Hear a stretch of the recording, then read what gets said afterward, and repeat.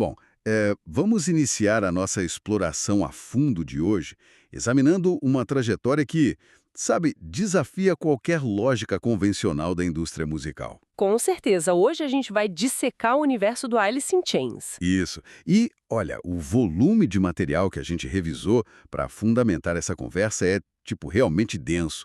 Fomos muito além da superfície. Verdade. Consultamos desde transcrições de vídeos analíticos super detalhados da Rock TV, passamos por capítulos inteiros da biografia do David Sola e até resenhas críticas antigas. Sem contar aquelas entrevistas de rádio fundamentais da SiriusXM, né? E mergulhamos até em artigos acadêmicos que focam no patrimônio cultural deixado pelo movimento de Seattle. Essa diversidade de fontes é crucial. A nossa missão aqui passa longe de apenas recitar uma linha do tempo da banda. Exatamente. O objetivo é desvendar como Alice in Chains forjou a identidade sonora de uma era inteira e como eles atravessaram tragédias pessoais indescritíveis. E de alguma forma conseguiram não apenas sobreviver a isso, mas reconstruir um legado vibrante. Queremos isolar aqueles detalhes peculiares, sabe? Os pontos de inflexão que revelam a verdadeira mecânica da banda. Aquelas coisas que frequentemente escapam até mesmo a quem consome a música deles há décadas. E, tipo, há uma ironia fascinante nas origens da banda. Ah, a história da formação é fantástica. Sim, é algo que ilustra bem a complexidade do que viria depois. Porque quando a gente olha para o peso monumental e a escuridão lírica que os definiram, é quase bizarro constatar o conceito inicial. O conceito do Lane Staley ainda na adolescência. Isso. Ele e os amigos queriam formar uma banda que misturasse a agressividade do speed metal e do death metal com uma estética completamente oposta. Eles queriam tocar vestidos de drag queens. É uma premissa que subverte totalmente a hipermasculinidade e aquela rigidez do cenário do heavy metal tradicional daquela época. Totalmente. Era uma provocação pura. E essa contradição inicial ditou a própria escolha do nome. Para abrigar essa dualidade entre o visual glamouroso e o som brutal, eles buscaram um contraste semântico. A palavra Alice. Exato. Alice trazia a suavidade, a feminilidade, enquanto Chains, as correntes, ancoravam o nome na dureza e no peso do metal. Que inicialmente era grafado como Alice and Chains, né? Ecoando um pouco a estrutura do Guns N' Roses. Isso mesmo. Mas logo eles ajustaram para a preposição in, consolidando a identidade. E essa postura provocativa era muito evidente nas táticas iniciais de sobrevivência na cena local. Com certeza, a provocação parecia ser um motor deles. Antes de se firmarem como Alice in Chains, a busca por atenção nos cartazes dos clubes de Seattle rendeu nomes bem peculiares. Nomes como Diamond Lie. Sim, mas o auge da irreverência tática foi quando eles decidiram se chamar simplesmente Fuck. Um nome impossível de ignorar. E a campanha de marketing para esse nome era cortar adesivos da banda e colá-los dentro de embalagem de camisinhas, que eles distribuíam nos shows. Não era apenas uma piada de adolescentes. Havia ali uma compreensão muito crua de como chocar e capturar a atenção de um público anestesiado. E se a gente contextualizar esse comportamento com o panorama da efervescência cultural de Seattle no final dos anos 80, tudo faz sentido. Havia um ecossistema inteiro se formando, muito impulsionado pela gravadora independente Sub Pop Records. O termo grunge começava a ganhar tração. Mas o que é vital para quem nos ouve entender é a posição arquitetônica do Alice in Chains nesse cenário. Exatamente. Pense nos 4 grandes de Seattle. O Nirvana desconstruiu o rock com a crueza e a urgência do punk. O Pearl Jam resgatava a grandiosidade e a melodia do classic rock. E o Soundgarden trazia aquela psicodelia pesada. Mas o Alice in Chains operava em uma frequência diferente. Eles ancoravam a cena de Seattle no peso arrastado, claustrofóbico e denso do heavy metal dos anos 70. Eles construíram uma ponte que bandas puramente punk não conseguiam ou não queriam atravessar. E essa fusão levou um tempo para perder o brilho excessivo do começo da carreira. Os relatos das primeiras apresentações descrevem cenas que parecem pertencer a outra dimensão. As histórias dos primeiros shows são hilárias se comparadas à escuridão que a banda abraçou depois. Pois é. Há registros do final dos anos 80 em que o Lane Staley entrava no palco pedalando um triciclo adornado com uma placa escrita Lane Mobile. Um triciclo no palco. E o Jerry Cantrell não ficava muito atrás na excentricidade? Nem um pouco. O guitarrista exigia que os assistentes de palco segurassem um espelho na frente dele Para que ele pudesse arrumar o cabelo. e admirar a própria performance durante os solos. É muito contraste. Mas essa fase de espelhos e psiclos foi rapidamente engolida por uma realidade existencial muito mais árida. A banda passou por uma metamorfose acelerada. Abandonando os resquícios do glam rock. Exato, para abraçar um som visceral e sombrio. Essa transição encontrou seu ápice absoluto no álbum Dirt, lançado em setembro de 92. Um disco fundamental. Mas o contexto de gravação dessa obra-prima é um capítulo à parte na história da tensão criativa. É um detalhe que as nossas fontes descrevem com uma vividez impressionante. O disco foi gravado na Califórnia em 92 e eles literalmente tiveram que interromper as sessões de estúdio porque as ruas de Los Angeles explodiram. Os violentos distúrbios civis após o veredito do caso Rodney King. Isso. A banda ficou enclausurada tentando isolar o caos urbano absoluto que tomava conta da cidade, enquanto lidava com um caos interno colossal que começava a dominar os membros do grupo. A atmosfera de confinamento e violência externa, sem dúvida, se infiltrou nas fitas master de Dirt. O que separa esse disco de qualquer outro lançamento daquela era é a honestidade excruciante das letras. A indústria musical ainda operava muito sob a cartilha de glamourizar o estilo de vida inconsequente e o uso de drogas. O Alice in Chains fez o exato oposto. Eles escreveram um tratado perturbador sobre a degradação. Sobre o isolamento e o desespero inerentes ao vício em heroína. Eles documentaram a epidemia silenciosa que assolava Seattle sem usar nenhuma metáfora atenuante. Era o retrato de mentes sendo levadas ao limite do suportável. Aprofundando essa questão da composição lírica, a entrevista que o Jerry Cantrell concedeu à rádio Sirius XM oferece uma perspectiva fascinante sobre o processo mental por trás dessa escuridão. É uma entrevista muito reveladora. Cantrell confessa que a arquitetura musical, criar aqueles riffs monolíticos e pesados que definem o som da banda, é para ele a parte mais natural do mundo. Ele faz isso com facilidade. Sim, ele diz que o verdadeiro tormento criativo reside nas letras.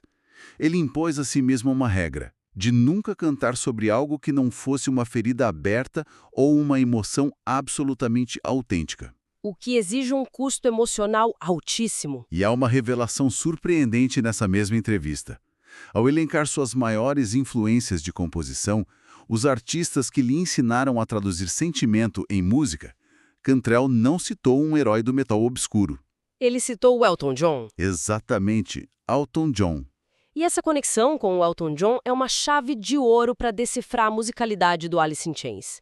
Elton John constrói suas músicas em torno de harmonias vocais ricas e melodias de piano intrincadas. Se observarmos a forma como Cantrell estrutura as camadas vocais no Alice in Chains, criando acordes complexos apenas com as vozes entrelaçadas dele e de Staley, fica muito claro. Vemos uma sensibilidade melódica pop aplicada a um instrumental brutal. Mas essa sensibilidade melódica também serviu para documentar perdas irreparáveis. Sim, o vício não era apenas uma temática para dar peso ao disco. Era uma força destrutiva operando no centro gravitacional da banda. O rastro de destruição ao redor deles é aterrador.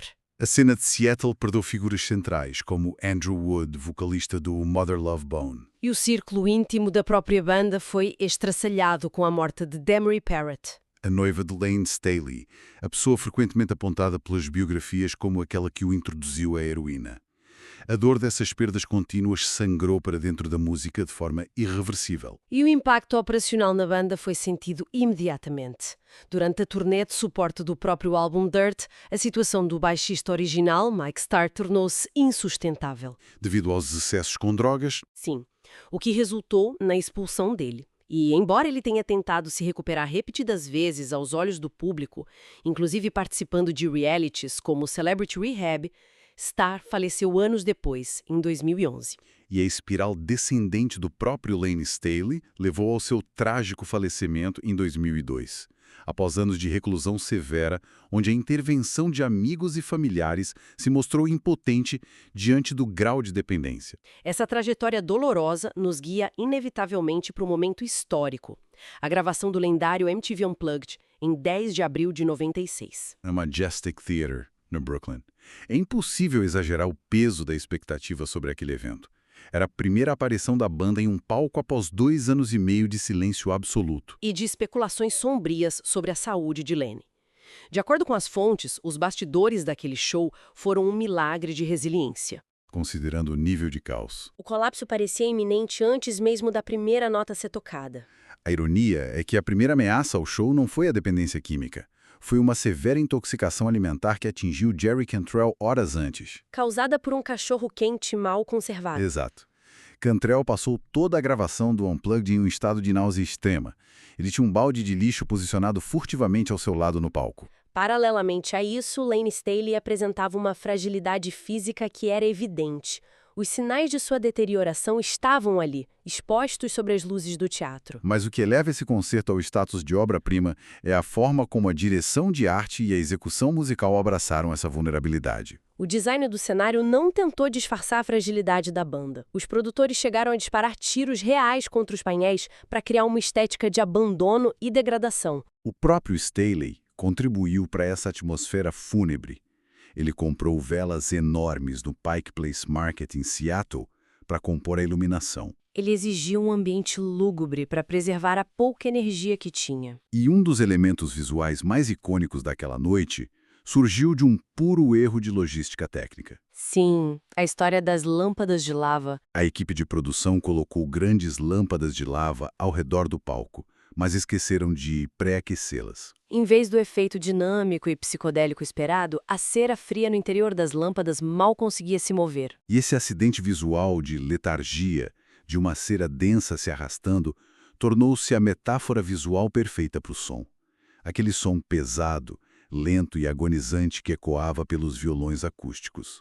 Mas é fundamental notar que, mesmo naquele estado de extrema debilidade e tensão, o instinto transgressor da banda permanecia afiado. Com certeza. O famoso detalhe do baixista Mike Ness. Ele havia assumido o posto após a saída de Mike Starr e escreveu a frase "Amigos não deixam amigos cortarem o camelo" em letras garrafais no seu contrabaixo acústico. Uma alfinetada hilária direcionada aos membros do Metallica que estavam na primeira fila. Eles tinham acabado de gerar uma imensa controvérsia no mundo do metal ao aparecerem de cabelo curto. Precisamente. Mas, se a gente analisar essa atitude com mais profundidade, percebe que não se tratava apenas de uma pegadinha inofensiva. Era um mecanismo de defesa. Naquele momento de exposição visceral, onde Layne definhava diante das câmeras e a banda lutava fisicamente para terminar as músicas. Lembrando que metade do setlist precisou de múltiplas regravações no palco devido a falhas técnicas e exaustão. A ironia serviu como um escudo. Aquele contrabaixo estava enviando uma mensagem clara. O Alice in Chains ainda possuía a ousadia punk desse ato. Recusando-se a levar o verniz da indústria fonográfica a sério, mesmo enquanto a sua própria fundação desmoronava. Essa gravação, por força das circunstâncias, acabou sendo a última apresentação de Layne Staley como atração principal. Uma perda irreparável. E essa ausência repentina cria um vácuo que, na esmagadora maioria das vezes, decreta o fim absoluto de qualquer projeto musical. A indústria está cheia de bandas que tentaram continuar e se tornaram meras paródias de si mesmas. Mas a forma como Alice in Chains gerenciou esse luto e trouxe William Duval para assumir os vocais não foi um ato de substituição. Foi uma evolução calculada e profundamente respeitosa. A decisão de seguir em frente com a era William Duval reflete um processamento maduro desse luto. O álbum de retorno, Black Gives Way to Blue, lançado em 2009, não tentou disfarçar a dor. Ele foi concebido como um tributo direto a Staley. A faixa título, inclusive, conta com Elton John no piano, o que fecha um ciclo poético belíssimo com as antigas influências de Cantrell. E o ponto central dessa nova fase é a arquitetura vocal.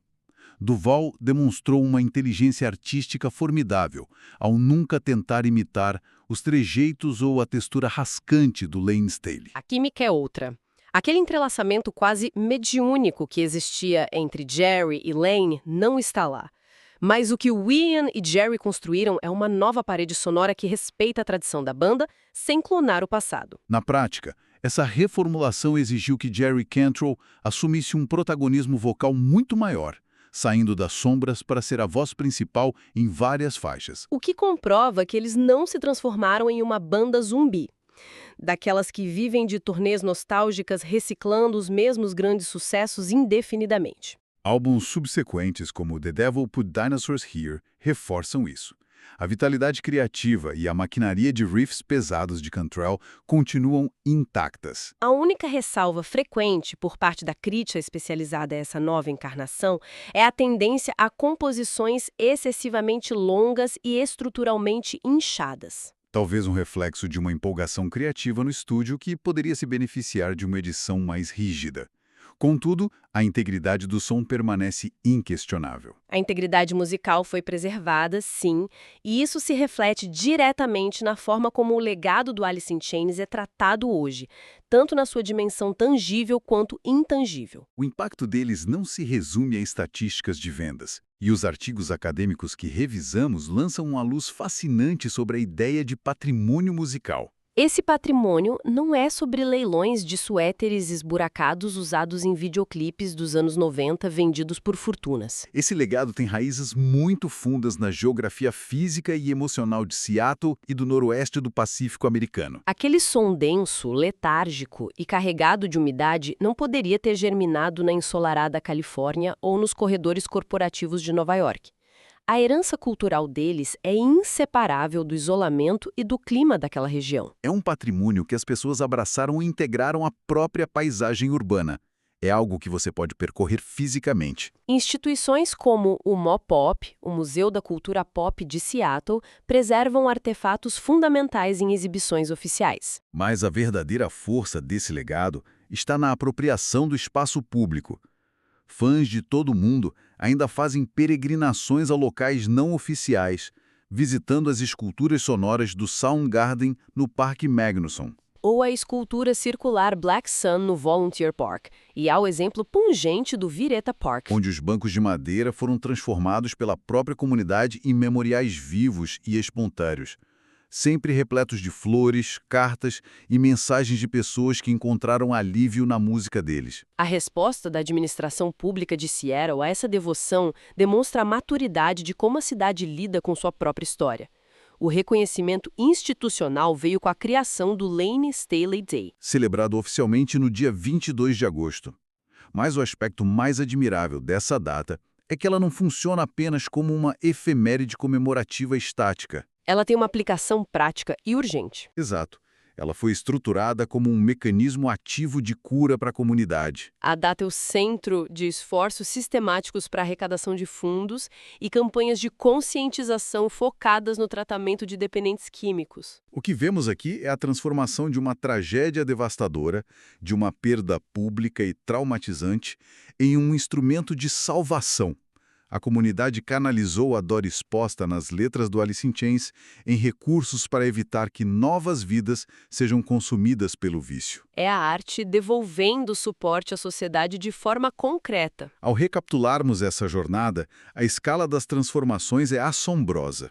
Nós partimos da imagem de adolescentes suburbanos buscando chocar a cena local com uma mistura improvável de speed metal e drag queens. E acompanhamos a maturação forçada que os levou a definir a arquitetura sonora de uma geração inteira. Eles desceram aos níveis mais profundos do inferno pessoal, sofreram perdas que esfacelariam qualquer estrutura, conseguiram se recompor com notável dignidade e hoje sustentam um legado que transcende a música e atua ativamente na salvação de vidas. E para concluirmos a nossa análise detalhada, vale a pena deixarmos uma indagação para quem nos ouve sobre o peso histórico dessa banda na indústria como um todo. Um pensamento provocativo. Nossas fontes destacaram exaustivamente como as chuvas e o isolamento de Seattle forjaram a angústia do som do Alice in Chains. Contudo, se expandirmos o foco para o impacto global que essa franqueza lírica causou, deparamos-nos com uma provocação intrigante. Até que ponto a coragem implacável deles mudou o jogo? São, expondo a feiura da dependência química, sem nenhum traço de romantismo ou maquiagem, forçou a maquinaria do rock a evoluir. Será que eles forçaram a indústria a finalmente abandonar a fantasia do estrelato e vulnerável? Essa é a grande questão. A banda passou a exigir uma vulnerabilidade autêntica e imperfeita de seus maiores íconos. É uma reflexão sobre como o sofrimento sem filtros de um grupo reescreveu o contrato de honestidade entre o artista e o seu público.